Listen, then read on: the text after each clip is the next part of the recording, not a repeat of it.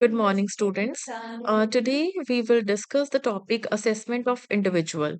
Assessment of individual का tax calculation किस तरह से होता है हम वो टॉपिक डिस्कस करेंगे। बिफोर डिस्कसिंग दिस टॉपिक, आप सबको पता है इंडिविजुअल जो है एक पर्सन की कैटेगरी है। ठीक है, पर्सन्स कौन होता है? Individual, HUF, firm, company, AOP, BOI, ये सारे क्या है? पर्सन्स हैं। उसमें से आज हम कैलकुलेट करेंगे कि इंडिविजुअल का टैक्स किस तरह से कैलकुलेट होता है, ये सीखना है हमें। तो स्टेप नंबर 1 जो है हमारा वो है determine your income from various sources. आपको पता है कि एक इंडिविजुअल को 5 सोर्सेज के साथ इनकम जो होती है, income from salary, this is the first step कि आप इनकम फ्रॉम सैलरी निकालिए। फिर इनकम फ्रॉम हाउस प्रॉपर्टी उसको कैलकुलेट करिए, देन इनकम फ्रॉम पीजीबीपी, फिर capital gain and income from other sources. In 5 heads का जो है वो टोटल करेंगे आप। ठीक है, और उसके बाद क्लबिंग की प्रोविजंस लगाएंगे सेक्शन 60 से लेकर 64 तक। ठीक है, क्लबिंग की प्रोविजंस लगाने के बाद set of and carry forward of losses करने के बाद इन पांचों का जब आप एग्रीगेट कर लेते हैं, that is called gross total income. Gross total incomes निकालने के बाद आप लोगों ने डिडक्शंस लगानी है। किस चीज की डिडक्शंस लगानी है? Section 80C to 80U। अब दो तरह की डिडक्शन आप सबको पता है हमारे पास होती हैं। एक होती है रिगार्डिंग पेमेंट की, रिगार्डिंग इनकम की। तो जो इंडिविजुअल को परमिजिबल डिडक्शंस हैं 80C से लेकर 80U तक, वो डिडक्शन आप अप्लाई करेंगे। डिडक्शंस लगाने के बाद आप लोगों ने क्या करना है? टैक्स कैलकुलेट करना है। टैक्स कैलकुलेट करने से पहले जो हमारी डिडक्शंस जब हम अप्लाई करते हैं जीटीआई के ऊपर, वो जो इनकम होती है that comes out to be the total income. Total income का मतलब वो income where we have to apply the tax. ठीक है, हमें टैक्स लायबिलिटी जिसके ऊपर कैलकुलेट करनी, we have to calculate tax liability. उससे पहले टोटल इनकम को आपने मल्टीपल ऑफ 10 में राउंड ऑफ करना है। मल्टीपल ऑफ 10 में कैसे राउंड ऑफ करना है बेटा? ये बहुत सिंपल सा वे है। राउंड फिगर करनी है आपने।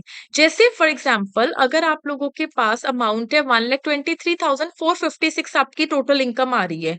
आपने देखना है कि लास्ट जो आपका यूनिट डिजिट है, unit digit is 6। If it is more than 5 और 5 है ना, 5 या 5 से ज्यादा है, तो राउंड अप कर देना है। ठीक है, राउंड अप यानी कि 1,23,456 क्या हो गया आपका? 1,23,460 हो गया। सेम एग्जाम्पल ले लीजिए, 78,912 है। अब आपका जो डिजिट है, यूनिट डिजिट है, वो 2 है, that is less than 5। Okay, तो हमें राउंड डाउन करना है। राउंड डाउन कैसे होगा? 78,912 will come out to be 78,910। Okay, so this is an example of a round off figure. Round off करने के बाद जब हमारी टोटल इनकम राउंड ऑफ हो जाती है, हमने टैक्स कैलकुलेट करना है। अब टैक्स कैलकुलेट करने के लिए हमें टोटल इनकम को 4 पार्ट्स में डिवाइड करना होता है। जो long term capital gain on shares and units हैं, ठीक है, जो सेक्शन 112A के अंदर आता है, अगर long term capital gain on shares exceed करती है इनकम 1 लाख से, long term capital gain 1 lakh से एक्सीड करता है, तो टैक्स का रेट लगता है 10%। वैसे लॉन्ग टर्म कैपिटल गेन बाकी जो है 20% रेट है। Short term capital gain on shares जो है उसका रेट है 15%। Lotteries, crossword puzzles, card games, gambling, betting, इनका रेट है 30%।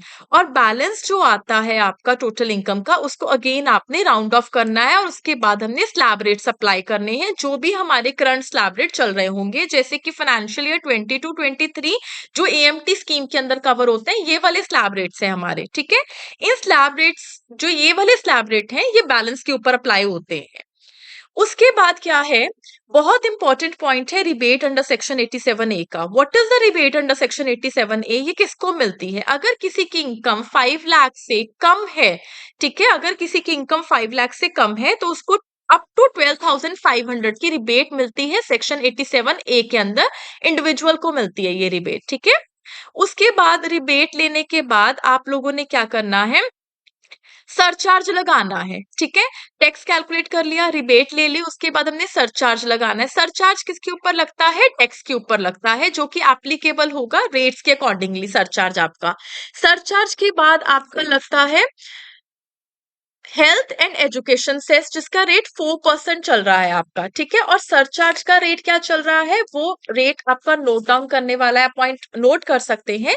अगर आपका 50 लाख इनकम एक्सीड करती है और 1 करोड़ को एक्सीड नहीं करती, more than 50 lakh but does not exceed 1 crore, तो आपका सरचार्ज का जो रेट है बेटा वो है 10%। ये याद रखिए, सरचार्ज का फिर जो रेट है वो 10% है, ठीक है। इस चीज को याद रखिए, सरचार्ज का रेट 10% है। कब 10% लगेगा, अगर आपकी इनकम जो है मोर देन 50 लाख है but does not exceed 1 crore. उसके बाद अगर आपकी इनकम 1 करोड़ से ज्यादा है but does not exceed 2 crore है, तो सरचार्ज लगता है 15%। एंड अगर आपकी इनकम 1 करोड़ से ज्यादा but does not exceed 2 crore है, 15% है। अगर 2 करोड़ से ज्यादा but does not exceed 5 crore है, तो आपका सरचार्ज का जो रेट है दैट इज 25%। और अगर 5 करोड़ से ज्यादा है तो सरचार्ज का रेट है 37%। सरचार्ज दोबारा सुन लीजिए, अगर आपकी जो इनकम है, टोटल इनकम 50 लाख से ज्यादा होती है तो सरचार्ज लगता है। सरचार्ज एप्लीकेबल है अगर 50 लाख से ज्यादा इनकम है but does not exceed 1 crore है, तो सरचार्ज है 10% का। 1 करोड़ से 2 करोड़ सरचार्ज 15%, ठीक है। 25% कब लगता है, 2 करोड़ से 5 करोड़। 5 करोड़ से ज्यादा होती है, सरचार्ज लगेगा 37%। सरचार्ज लगाने के बाद आपका एजुकेशन सेस लगता है। हायर एजुकेशन सेस आपका health and education cess at the rate 4% हो चुका है, और वो किसके ऊपर लगता है, टैक्स प्लस सरचार्ज के ऊपर, टैक्स प्लस सरचार्ज के ऊपर, ठीक है। उसके बाद आप लोगों की फाइनल, आप लोगों ने टैक्स जो है लायबिलिटी निकालनी है, लेकिन उससे पहले एक रिलीफ आपको मिलता है that you can add down. Relief है आपका, सेक्शन जो है रिलीफ का वो है 89 सबसेक्शन 1। ये रिलीफ का है। ये रिलीफ किस चीज का है, पहले तो ये सुनने वाली बात है। ये रिलीफ है बेटा एरियर्स का। अगर आपको कभी इनकम में एरियर्स मिल जाते हैं, पुरानी कोई सैलरी आपको मिल गई, तो आप रिलीफ ले सकते हैं गवर्नमेंट से, जो कि सेक्शन 89 सबसेक्शन 1 का है। रिलीफ लेने का वे क्या होता है वो ध्यान से सुन लीजिए। आपकी जो टैक्स लायबिलिटी है विद आपका एरियर क्या बन रही है वो निकाल लीजिए।